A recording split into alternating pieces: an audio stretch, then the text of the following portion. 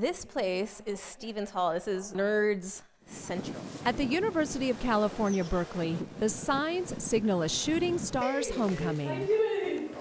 He's been someone who's been an inspiration, someone who's always given back to us, who's always come back to us and helped our students.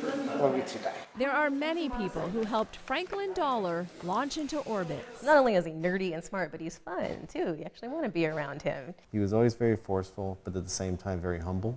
He always had a concern for the other students. I've seen him go from a bright-eyed sophomore at Berkeley to a PhD laser physicist, and that's just simply amazing. Like the laser light beams he studies, it's been a very quick trip from humble beginnings in Northern California to Berkeley, to a PhD at Michigan, and a postdoc at Colorado, to Cal Irvine as a professor at age 31. Dr. Dollar, that's quite an honor.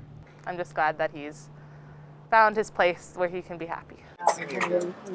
He has a really good energy about him that just glows success. I'm glad that he's going to be there for us. I wasn't a great undergraduate student, and I almost failed out in my first year.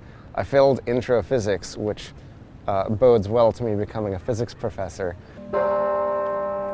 Franklin did consider dropping out of Berkeley, but stayed because there was nowhere to go. I live right up over there in that region. The family home had been bulldozed to build the Dry Creek Rancheria Casino.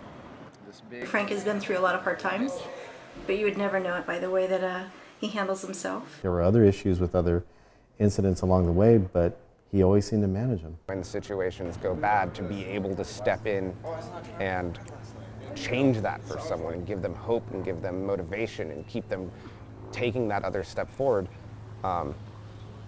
it meant a lot to me. And all I can, being able to do that for someone else is, I think, one of the best things you can do. In the laser lab, colleagues say that Franklin hides his smarts with heart and humor. Here's his idea of labeling computer equipment. I mean, he breaks the stereotype of the geeky scientist. He's a very personable, friendly guy.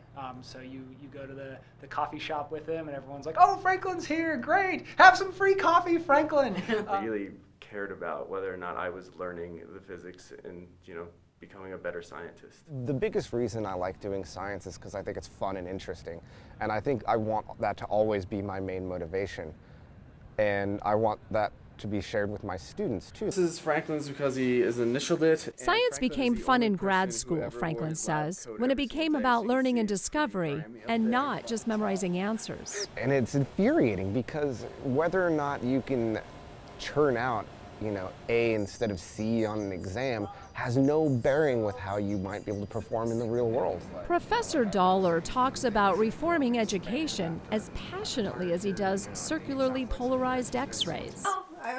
He's also a big fan of the support and connections that have come through AISES. AISES, all the beautiful Native people coming together, and especially in science and engineering, because it was literally Frank and I from UC Berkeley. His admiring colleagues speak to the many other communities that revolve around Dr. Franklin Dollar, from laboratory teams to family members back home. Science is very like art, creativity, inspiration. Franklin's going to be a great scientist because he knows how to make people comfortable working together. You're not afraid to say something stupid, oh, maybe it could be that crazy thing, or maybe it could be this other crazy thing, and sometimes the crazy things work. My mom was kind of a goofball, so I think there's a lot of that I get from her. She was the opposite of technical, I think.